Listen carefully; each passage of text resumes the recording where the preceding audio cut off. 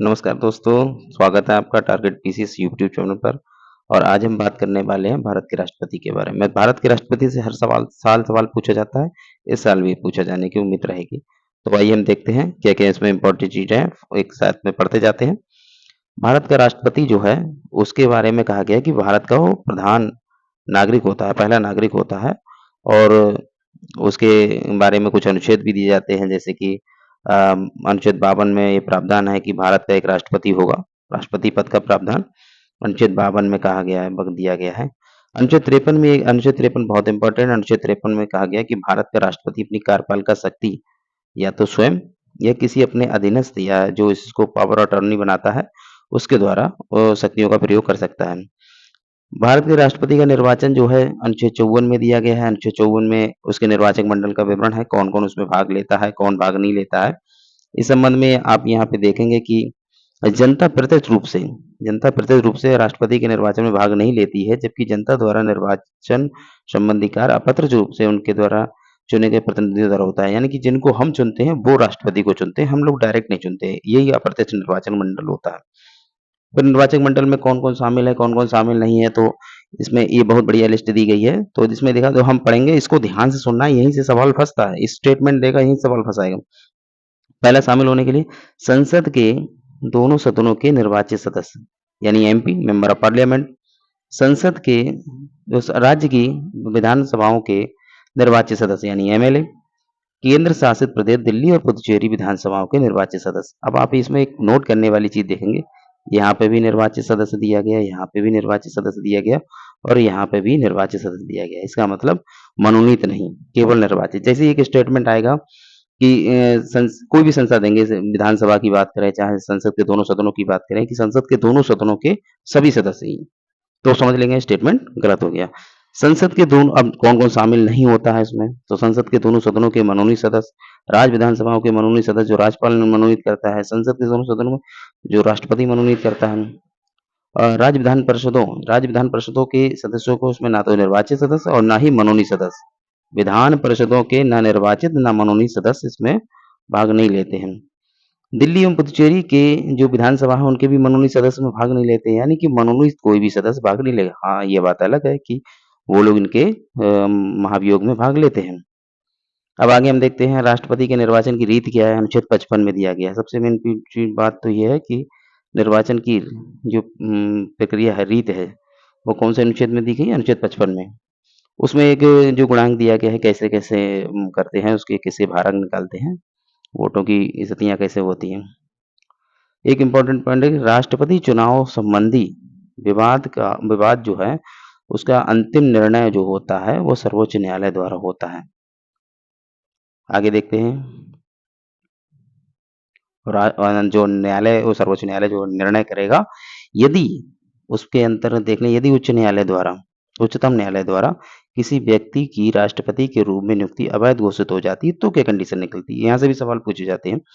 तो उच्चतम न्यायालय की घोषणा से पूर्व उसके द्वारा किए गए कार्य अवैध नहीं माने जाएंगे, उस दिन के भी वैध माने जाएंगे, उस दिन भी अवैध नहीं माने जाएंगे, लेकिन उस तिथि के बाद जो उसके द्वारा कार्य किए जाएंगे वो अवैध माने जाएंगे। राष्ट्रपति की पदावधि, राष्ट्रपति मतलब कितने समय के लिए नियुक्त किया जाता है या निर्वाचित किया जाता है, तो अनुच्छेद 56 में इसकी डिटेल है और ये पद धारण तिथि से 5 वर्ष तक है, या फिर इस पे महाभियोग जब तक ना लगे तब तक ये अपने पद पर बना रहता है, या अपनी इच्छा से त्याग पत्र ना दे किसी को। अगला है पुनर्निर्वाचन के लिए। पुनर्निर्वाचन के लिए क्या प्रक्रिया है? अनुच्छेद 57 में दिया गया है कि भारत का राष्ट्रपति एक से अधिक बार निर्वाचित हो सकता है, क्योंकि संविधान में ऐसा कोई उपबंध नहीं है कि राष्ट्रपति पुनः दोबारा नियुक्त ना हो।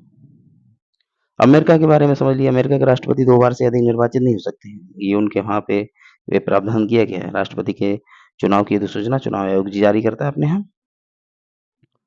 फिर ये है राष्ट्रपति के लिए अर्हताएं, शपथ और शर्तें क्या होंगी, तो ये सब डिटेल अनुच्छेद 58 में दी गई है कि क्या-क्या शर्तें होंगी, वो कितने साल का होगा, 35 वर्ष की आयु हो और क्या नाम भारत का नागरिक हो, लोकसभा का सदस्य निर्वाचित होने की योग्यता रखता हो। लोकसभा है, राज्यसभा नहीं, याद रखना। किसी के लाभ पद पर ना हो, प्राधिकरण के लाभ के पद पर ना हो, यानी सरकारी नौकरी ना हो, मंत्री सब लाभ के पद नहीं माने जाते हैं। आगे देखेंगे राष्ट्रपति के चुनाव के लिए, बहुत इंपॉर्टेंट है। राष्ट्रपति के चुनाव के लिए नामांकन के लिए उम्मीदवारों की कम से कम 50 प्रस्तावक और 50 अनुमोदक चाहिए होते हैं। उपराष्ट्रपति के लिए ये संख्या अलग है। यहाँ पे ये 50 अनुमोदक और 50 प्रस्तावक होना चाहिए। और ये इनकी जमानत राशि 15,000 रुपए है और 1/6 जो डाले गए कुल डाले गए वोटों में अगर 1/6 वोट प्राप्त नहीं होते तो इनकी जमानत राशि जब्त हो जाती है। अनुच्छेद 59 में शर्तें दी गई हैं। क्या-क्या शर्तें लागू होती हैं राष्ट्रपति पद के लिए कि वह व्यक्ति जो संसद के किसी सदन का सदस्य तथा राज्य विधानसभा का सदस्य है, तो राष्ट्रपति पद जो तुरंत छोड़ना पड़ेगा, यानी एक पद पे धारण कर रहे हैं, अन्य लाभ के पद पर नहीं होना चाहिए। आधिकारिक आवास वगैरह सब आवंटित होगा तो भी बिना किराए के, और उसकी जो सैलरी उसे मिलती है वो भी बिना टैक्स के मिलती है, मतलब टैक्स नहीं चुकाना पड़ता। उसकी उपलब्धियां भत्ते किसी समय में कम नहीं किए जाएंगे, उसके पद के दौरान कम नहीं किए जाएंगे। आगे देखेंगे शपथ के बारे में है, बहुत इंपॉर्टेंट कौन शपथ दिलाता है। अनुच्छेद 60 में शपथ के बारे में डिटेल दी गई है। उच्चतम न्यायालय के मुख्य न्यायाधीश द्वारा राष्ट्रपति को शपथ दिलाई जाती है। यदि मुख्य न्यायाधीश नहीं होता है शपथ दिलाते समय, तो ऐसी स्थिति में उच्चतम न्यायालय के वरिष्ठतम न्यायाधीश को ये कार्य संपन्न कराना होता है। आगे देखते हैं राष्ट्रपति पर महाभियोग किस तरह से लगता है। तो राष्ट्रपति पर महाभियोग के बारे में हम देखेंगे। राष्ट्रपति पर महाभियोग, अब इसमें कौन कौन शामिल होता है। पहले तो ये समझ लें अनुच्छेद 61 में इसका डिटेल है। अनुच्छेद 61 में इसके द्वारा उसमें महाभियोग, राष्ट्रपति द्वारा संविधान का अतिक्रमण करने पर संसद को ये शक्ति है कि वह उस पर महाभियोग प्रक्रिया द्वारा उसको हटा सके। आरोप केवल यही होना चाहिए कि उसने संविधान का अतिक्रमण किया है, संविधान से परे, संविधान से हटके उसने कोई काम किया है, जो संविधान में प्रावधान है उनका उल्लंघन किया है। महाभियोग संबंधी जो आरोप है संसद के किसी भी सदन में लाया जा सकता है। ये नहीं केवल लोकसभा में लाया, राज्यसभा में, किसी भी सदन में ला सकते हैं। लेकिन सिर्फ शर्त इतनी है कि ऐसा करने से पहले 14 दिन पूर्व राष्ट्रपति को नोटिस देनी होगी और ये नोटिस सदन के कुल सदस्य संख्या के 1/4 के बराबर हो। जिस सदन में लेके आएंगे, लोकसभा में लेके आए तो लोकसभा की सदस्य संख्या के 1/4 के बराबर होना चाहिए, वो हस्ताक्षर होना चाहिए उनके। ऐसी स्थिति में जिस सदन में आरोप लगाया जाता है उसमें कुल 2/3 बहुमत से पास कराना होता है। देखो 1/4 तो लोग साइन करेंगे कि हाँ राष्ट्रपति को हटाना चाहते हैं, लेकिन बहुमत 2/3 दिखाना पड़ेगा। 2/3 बहुमत से पास कराएंगे, फिर अगले सदन के लिए भेजेंगे, यानी कि लोकसभा में पास किया तो राज्यसभा में। और जिन आरोपों पर उन आरोपों पर जांच होगी, दूसरे सदन पर राष्ट्रपति अपना पक्ष रखता है। राष्ट्रपति खुद या किसी अधीनस्थ द्वारा वहां पर अपनी इस महाभियोग प्रक्रिया में भाग ले सकता है। दूसरे सदन में भी 2/3 बहुमत से ये प्रस्ताव पास करना होता है। जब ये पास हो जाता है तो महाभियोग की प्रक्रिया पूर्ण हो जाती है। और लिखा भी है इस प्रकार महाभियोग प्रक्रिया पूरी होती तो राष्ट्रपति का प्रस्ताव पारित होने की तिथि से राष्ट्रपति को हटना पड़ता है, हट जाएगा। महाभियोग की प्रक्रिया के दौरान राष्ट्रपति उपस्थित होकर, ये मैं बता चुका हूँ अपने अधीनस्थ द्वारा। एक इम्पोर्टेंट फैक्ट ये है कि महाभियोग की प्रक्रिया जो है अर्ध न्यायिक है। बहुत इंपॉर्टेंट, ध्यान से सुनना। महाभियोग की प्रक्रिया अर्ध न्यायिक है। महाभियोग में कौन कौन शामिल होंगे। देखो निर्वाचन में शामिल हुए हैं केवल निर्वाचित सदस्य, मनोनीत नहीं। अब यहाँ पे देखेंगे इंटरेस्टेड बात है। संसद के दोनों सदनों के निर्वाचित सदस्य के अलावा मनोनीत सदस्य भी इस प्रक्रिया में भाग लेते हैं, यानी लोकसभा और राज्यसभा। अब लोकसभा में तो कोई शामिल होगा नहीं कि 2 एंग्लो इंडियन शामिल होते थे, वो तो खत्म कर दिया गया प्रावधान। तो यानी 12 सदस्य जो राज्यसभा में मनोनीत होते हैं, राष्ट्रपति जो मनोनीत करता है, राष्ट्रपति मनोनीत करता है, राष्ट्रपति अपने उसकी महाभियोग में ही वो लोग भाग लेते हैं, भले ही भी राष्ट्रपति के चुनाव में उन्होंने प्रक्रिया में भाग ना लिया हो। राष्ट्रपति पर महाभियोग के संबंधित प्रक्रिया में केवल और केवल संसद के दोनों सदनों के निर्वाचित और मनोनीत सदस्य भाग लेते हैं। भाव क्या था, राज्य विधानसभाओं के सदस्य भी शामिल होते थे, यानी एमएलए जो निर्वाचित हैं, और दिल्ली और पुदुचेरी के जो एमएलए यानी कि विधानसभाओं के सदस्य जो है निर्वाचित सदस्य, वो भी भाग लेते थे। यहाँ केवल केवल राज्यसभा और लोकसभा इसके मनोनीत प्लस निर्वाचित दोनों सदस्य भाग लेंगे। राज्य विधानसभाओं के सदस्य और दिल्ली पुदुचेरी विधानसभा के सदस्य में भाग नहीं लेते। ये चीज ध्यान रखना है। मैं फिर समझा दे रहा हूँ। निर्वाचन में तो केवल लोकसभा और राज्यसभा विधानसभाओं के निर्वाचित सदस्य ही भाग लेते हैं, दिल्ली पुदुचेरी के भी निर्वाचित सदस्य भाग लेते हैं, यानी सारे देश के निर्वाचित एमपी और सारे देश के निर्वाचित एमएलए। लेकिन महाभियोग की प्रक्रिया में केवल और केवल निर्वाचित प्लस मनोनीत एमपी यानी मेंबर ऑफ पार्लियामेंट, चाहे वो लोकसभा के हो राज्यसभा के हो, उसमें शामिल होते हैं। किसी भी विधानसभा के, चाहे वो दिल्ली पुदुचेरी हो या राज्य की अन्य विधानसभा के सदस्य हो, यानी एमएलए भाग नहीं लेते हैं निर्वाचन उसमें महाभियोग में। अभी तक किसी भी राष्ट्रपति पर महाभियोग नहीं चलाया गया, ये भी इम्पोर्टेंट फैक्ट है। और ये देखेंगे एक लिस्ट है कि भारत के राष्ट्रपति द्वारा नियुक्त किए जाने वाले लोग कौन कौन से हैं। जैसे प्रधानमंत्री की नियुक्ति करता है वो, अन्य मंत्रियों की नियुक्ति करता है प्रधानमंत्री की सलाह पर, और महान्यायवादी यानी अटॉर्नी जनरल की नियंत्रण एवं महालेखा परीक्षण यानी कैग की, उच्चतम न्यायालय उच्च न्यायालय के न्यायाधीशों की। ध्यान रखना, उच्च न्यायालय के न्यायाधीशों की नियुक्ति राष्ट्रपति करता है, राज्यपाल नहीं करता है। मुख्य चुनाव आयुक्त है, अन्य चुनाव आयुक्त उनके साथ में होते हैं। संघ लोक सेवा आयोग के अध्यक्ष और सदस्य संघ लोक सेवा के राष्ट्रपति करता है, जबकि राज्य लोक सेवा आयोग के सदस्यों की नियुक्ति राज्यपाल करता है। राज्य के राज्यपाल और उपराज्यपाल उन दोनों की नियुक्ति वही करता है। वित्त आयोग के अध्यक्ष और सदस्यों की नियुक्ति भी राष्ट्रपति करता है। राष्ट्रपति की शक्तियों के बारे में बात करें तो राष्ट्रपति की जो कुछ शक्तियां हैं, कुछ विधायी शक्तियां हैं, कुछ क्या नाम वित्तीय शक्तियां हैं, और इस पर बात करेंगे तो राष्ट्रपति अंतर्राज्यीय परिषद का गठन करता है। इसका अध्यक्ष पीएम होता है। देखो लिखा भी है, एक मिनट, ये मिट गया है। अध्यक्ष पीएम होता है। और राष्ट्रपति अनुसूचित क्षेत्र, अनुसूचित जनजाति क्षेत्र की प्रशासकीय शक्ति अपने पास रखता है और उस पर किसी भी क्षेत्र में अनुसूचित क्षेत्र घोषित कर सकता है। ये अनुच्छेद 244 एक में कहा भी क्या है। वित्त आयोग का गठन करता है अनुच्छेद 280। ये वित्त आयोग का काम क्या है? केंद्र और राज्य के मध्य राजस्व बंटवारे की सिफारिश करना। राष्ट्रपति विभिन्न आयोग की नियुक्ति कर सकता है, जैसे अनुसूचित जाति, अनुसूचित जनजाति, अन्य पिछड़ा वर्गों के लिए गठन। तो इसके लिए मैंने ऊपर ये दिए भी हैं अनुच्छेद, उनको आप देख सकते हैं। फिर आगे देखते हैं विधायी शक्तियों के बारे में क्या है। राष्ट्रपति संसद की बैठक बुला सकता है, आहूत कर सकता है, मतलब बुला सकता है, सत्रावसान कर सकता है, संसद की बैठक बुला सकता है, उसको स्थगित कर सकता है, लोकसभा का विघटन कर सकता है, संसद के संयुक्त अधिवेशन का आह्वान कर सकता है। संसद के संयुक्त अधिवेशन यानी लोकसभा राज्यसभा एक साथ बुलाए जाएंगे, बुलाता तो राष्ट्रपति है, लेकिन संसद के संयुक्त अधिवेशन की अध्यक्षता लोकसभा स्पीकर करता है, लोकसभा अध्यक्ष करता है। आगे देखते हैं इसमें। हाँ, एक चीज ये इंपॉर्टेंट फैक्ट है, ये सवाल कई बार पूछा जाता है। यहाँ पे केवल इंपॉर्टेंट फैक्ट की बात कर रहे हैं परीक्षा की दृष्टि से।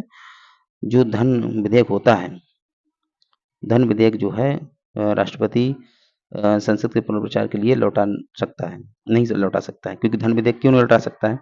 कि धन विधेयक सबसे पहले राष्ट्रपति की परमिशन के हिसाब से ही नहीं लौटा सकता है, क्योंकि धन विधेयक राष्ट्रपति की अनुमति के उपरांत ही सदन में लाया जाता है, इसलिए इसको वापस नहीं कर सकते हैं। राज्य विधायिका द्वारा पुनर्विचार के लिए पश्चात जो है भेजे गए विधेयक पर राष्ट्रपति स्वीकृत करने। देखो क्या होता है कि एक होता है लोकसभा, एक होता है राज्यसभा, और ये एक प्रेसिडेंट है। तो प्रेसिडेंट क्या करता है, जब लोकसभा कोई प्रस्ताव भेजता है तो ये इसके बाद ये भेजता है करके, तो ये वापस लौटा सकता है कि इस प्रस्ताव को फिर से वापस देखो दोबारा। लेकिन धन विधेयक है, उसको दोबारा नहीं लौटा सकते, क्योंकि प्रेसिडेंट की अनुमति के बाद ही इनमें पेश किया जाता है। तो जब उसकी सहमति पहले ही से है तो उसे वो दोबारा पुनर्विचार के लिए नहीं लौटाता है। लेकिन राज्य की जो विधानसभाएं हैं, जो विधानमंडल है, वहां से राष्ट्रपति के लिए कुछ रिजर्व कर लिए जाते हैं प्रस्ताव राष्ट्रपति की सहमति के लिए। तो जब वो आते हैं तो उन पर वो जरूरी नहीं कि राष्ट्रपति अपनी सहमति दे। राष्ट्रपति अनुच्छेद 123 के तहत अध्यादेश जारी कर सकता है, और अध्यादेश संसद की पुनः बैठक के 6 हफ्तों के भीतर संसद द्वारा अनुमोदित करना चाहिए, नहीं तो वो अपने आप वापस हो जाएगा। राष्ट्रपति अपने अध्यादेश को किसी समय वापस भी ले सकता है। एक चीज ध्यान रखना, यहाँ पूछा जाता है कि राष्ट्रपति अपने अध्यादेश को 6 माह से पूर्व वापस नहीं ले सकता, नहीं, किसी भी समय, लिखा हुआ किसी भी समय वापस ले सकता है। और संसद अध्यादेश जब पारित हो जाता है तो अध्यादेश संसद की पुनः जब बैठक होगी 6 हफ्ते के अंदर अंदर, 6 सप्ताह के अंदर अंदर संसद द्वारा अनुमोदित होना चाहिए, नहीं होगा तो वो अपने आप खत्म हो जाएगा। आगे देखते हैं, कुछ विधायी शक्तियां हैं, और जैसे यहाँ पे लिखा हुआ है धन विधेयक जो है राष्ट्रपति की पूर्व अनुमति से ही पेश किया जाता है, इसीलिए राष्ट्रपति उसको वापस नहीं लौटाता है। ठीक है, और कुछ और चीजें हैं ये, उसके बाद और जो इम्पोर्टेंट चीजें हैं ये हैं न्यायिक शक्तियां, ये कई बार पूछी जाती है न्यायिक शक्तियों के बारे में। तो अनुच्छेद 72 में ये उसके क्षमादान के बारे में दिया है। किसी तहत अपराध के लिए दोषी व्यक्ति को राष्ट्रपति क्षमा अर्थात दंडावेश का निलंबन, प्राणदंड, स्थगन, राहत और माफी प्रदान कर सकता है। ऐसे मामले में राष्ट्रपति के पास कुछ शक्तियां होती हैं, जैसे यदि दंड अथवा दंड का आदेश किसी ऐसे कानून का उल्लंघन के लिए दिया जाता है जो संघ की कार्यपालिका शक्ति के अंतर्गत आता है, उसमें मतलब उसके पास शक्ति है। ये सैन्य न्यायालय से दंडित जो कोर्ट मार्शल होता है वे सारे दंड जिसका स्वरूप मृत्युदंड हो, मृत्युदंड जो है वहाँ जो किसी को मृत्युदंड होता है तो उसे माफ करने का अधिकार सिर्फ राष्ट्रपति को, राज्यपाल माफ नहीं कर सकता है, ध्यान रखना। सैन्य गतिविधियां, एक तीनों सेनाओं का वो प्रमुख होता है, युद्ध होता है तो उसी घोषणा के साथ होता है, उसी घोषणा के साथ समाप्ति होती है। शुरुआत भी उसी से होती है। आपातकालीन स्थितियाँ हैं राष्ट्रपति के पास कुछ, जैसे राष्ट्रीय आपात अनुच्छेद 352 में आता है, देख लें, ये अनुच्छेद बहुत इंपॉर्टेंट है। राष्ट्रीय आपात अनुच्छेद 352 है, राष्ट्रपति शासन अनुच्छेद 356 है और वित्तीय आपात 360 में है। इसके बारे में कुछ दिया हुआ गया है इसमें। मूल संविधान में अनुच्छेद 352 का जो होता था, मूल संविधान में अनुच्छेद 352 का जो प्रावधान किया गया तो 3 आधारों पे था। युद्ध था, बाह्य आक्रमण था और आंतरिक शांति थी। बाद में से हटा दिया गया आंतरिक शांति को। अच्छा, इसमें एक चीज होती थी, जैसे ही इस युद्ध की घोषणा होती थी इन 3 आधारों पर, युद्ध, बाह्य आक्रमण और आंतरिक शांति, तो संविधान का अनुच्छेद 358 स्वतः लागू हो जाता था, जिससे अनुच्छेद 19 निलंबित हो जाता था, प्रतिबंध लग जाता था इसपे। 44वां संविधान संशोधन हुआ था, उसमें आंतरिक शांति को हटाकर उसके साथ सशस्त्र विद्रोह कर दिया गया, उस शब्द को हटा ही दिया गया। अब स्थिति क्या हो रही है, जैसे पहले होती थी उसकी जगह पे अब यदि इसके आधार पर आपात, इन तीनों आपात के आधार, पहले 2 आधार जो लागू होते हैं, युद्ध और क्या नाम है, देख लेते हैं, युद्ध और बाह्य आक्रमण, युद्ध और जो आंतरिक शांति थी वो सशस्त्र विद्रोह हो गया है, तो उसमें ठीक क्या हो जाता है बार बार,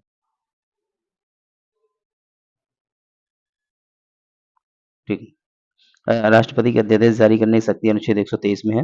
जब तो संसद के दोनों सदन नहीं चल रहे होते हैं, या एक भी नहीं, एक चल रहा होता है, एक नहीं चल रहा होता, या दोनों नहीं चल रहे होते हैं, तब ये स्थिति आती है। इसमें लिखा हुआ है कि अध्यादेश ऐसी शक्ति का प्रयोग केवल भारत के राष्ट्रपति द्वारा किया जाता है। भारतीय संविधान में अध्यादेश का प्रावधान भारतीय शासन अधिनियम 1935 जब आया था उस समय उससे लिया गया है। अनुच्छेद 123 में ये प्रावधान किया गया है कि राष्ट्रपति को ये महसूस हो जाए, ये प्रतीत हो जाए कि विधि के निर्माण की तत्काल आवश्यकता है और सरकार के समक्ष आकस्मिक परिस्थिति विद्यमान है। संसद के दोनों सदन अथवा एक सदन सत्र में ना हो, एक चल रहा हो उससे कोई मतलब नहीं, दोनों नहीं चल रहे हैं तो ये स्थिति बनती है। राष्ट्रपति संघ सूची और संवर्ती सूची के विषय पर अध्यादेश जारी कर सकता है। यदि राज्य में राष्ट्रपति शासन अथवा राष्ट्रीय आपातकाल लगा है तो राज्य सूची पर भी अध्यादेश जारी कर सकता है। यानी संघ सूची और संवर्ती सूची पे तो उसका अधिकार हर समय है, लेकिन अगर किसी राज्य में राष्ट्रपति शासन लगा हुआ है तो उस राज्य सूची के विषय पर भी वो कानून बना सकता है। अध्यादेश की अवधि का विवाद क्या है? अध्यादेश जैसे अभी बताया था 6 माह की 6 सप्ताह वाली बात, तो संसद की दोबारा बैठक के 6 सप्ताह के बाद अध्यादेश समाप्त हो जाएगा। यदि पारित हो जाता है तब तो आगे चलेगा, अनुमोदन दोनों सदन कर देते हैं, लेकिन अगर पारित नहीं होता है तो 6 माह बाद, वो 6 सप्ताह बाद वो अपने आप समाप्त हो जाएगा, या फिर राष्ट्रपति कभी भी वापस ले सकता है। किसी अध्यादेश की अधिकतम अवधि 6 महीने तक होती है। एवं संसद, देखो ये पॉइंट यहाँ से इसलिए निकल के आ रहा है कि 6 सप्ताह बाद ये संसद की मंजूरी न मिलने पर 6 सप्ताह, यानी कि देखो सत्र, दोनों सत्रों के बीच में अधिकतम 6 माह का समय हो सकता है, तो ये उसी के चक्कर में दिया गया 6 माह का। लेकिन जैसी बैठक होगी 6 माह उससे पहले जैसी बैठक होती है, 6 माह का अधिकतम समय होता है, उससे पहले बैठक करनी पड़ती है, यानी कि संसद की बैठक जो होती है उसके बीच में 6 महीने से अधिक का समय नहीं होना चाहिए, तो प्रावधान है। और ये संसद की जैसी 6 माह से पहले बैठक होती है, उस बैठक में अगर 6 सप्ताह के अंदर मंजूरी नहीं मिलती है तो 6 सप्ताह में अपने आप समाप्त हो जाएगा। यानी जो ज़्यादा हो 6 माह या 6 सप्ताह बाद में जो आती है क्राइटेरिया में, अगर 6 माह पहले पूरे हो रहे हैं तब भी समाप्त हो जाएगा, और 6 सप्ते अगर नहीं हो पा रहे हैं, 6 सप्ते पहले हो रहे हैं तब भी पूरी खत्म हो जाएगा बैठक के बाद। सर्वोच्च न्यायालय राष्ट्रपति के अध्यादेश संबंधी सर्वोच्च न्यायालय के निर्णय, उस पर निर्णय क्या है? तो इसमें राष्ट्रपति की संतुष्टि, इसमें लिखा हुआ है कि राष्ट्रपति की संतुष्टि एवं सद्भाव पर आधार पर प्रश्न चिन्ह नहीं लगा सकते हैं। असद्भाव के आधार पर राष्ट्रपति की कार्यशैली पर प्रश्न चिन्ह नहीं लगा सकते हैं। ये राष्ट्रपति की क्षमादान शक्तियां जो हैं अनुच्छेद 72 में, जैसे कि अभी हमने पढ़ी थी, वो है। उसके बाद देखते हैं, हाँ, राष्ट्रपति की क्षमादान शक्तियों के बारे में है ये, कि लघुकरण हो सकता है, परिहार हो सकता है, सजा की प्रकृति जैसे मृत्युदंड, कठोर कारावास में बदलना, लघुकरण ये पूछ सकता है। परिहार में 2 वर्ष की कठोर सजा को 1 वर्ष में बदल देना है, यानी कि सजा के स्वरूप को थोड़ा-सा कम कर देना है। यहाँ पे लघुकरण में सजा का स्वरूप बदल गया है। मृत्युदंड से कारावास में सजा की प्रकृति बदली है, और इसमें सजा की मात्रा को बदला गया है। विराम को विशेष परिस्थितियों की वजह से गर्भावस्था में महिलाओं को छूट दे दी जाती है कि जब तक वो ठीक नहीं हो जाती तब तक ये निलंबित किया जाता है। और विलंबन क्या होता है कि किसी दंड को किस समय के लिए टालने की प्रक्रिया होती है। फांसी की सजा को है टालने की, समय के लिए टाल दिया। क्षमा ये पूर्णतः माफ कर देना होता है, इसमें किसी तरह का हो संविधान के अनुच्छेद 161 के द्वारा राज्यपाल को भी कुछ शक्तियाँ दी गई हैं क्षमादान के लिए। अनुच्छेद 100 जैसे राष्ट्रपति को अनुच्छेद 72 है, वही अनुच्छेद 161 जो है राज्यपाल के लिए है। मृत्युदंड को क्षमा करने का अधिकार सिर्फ राष्ट्रपति को, राज्यपाल को नहीं। राज्यपाल मृत्युदंड को निलंबित दंडावधि को कम और दंड का स्वरूप बदल सकता है, लेकिन वो माफ नहीं कर सकता है।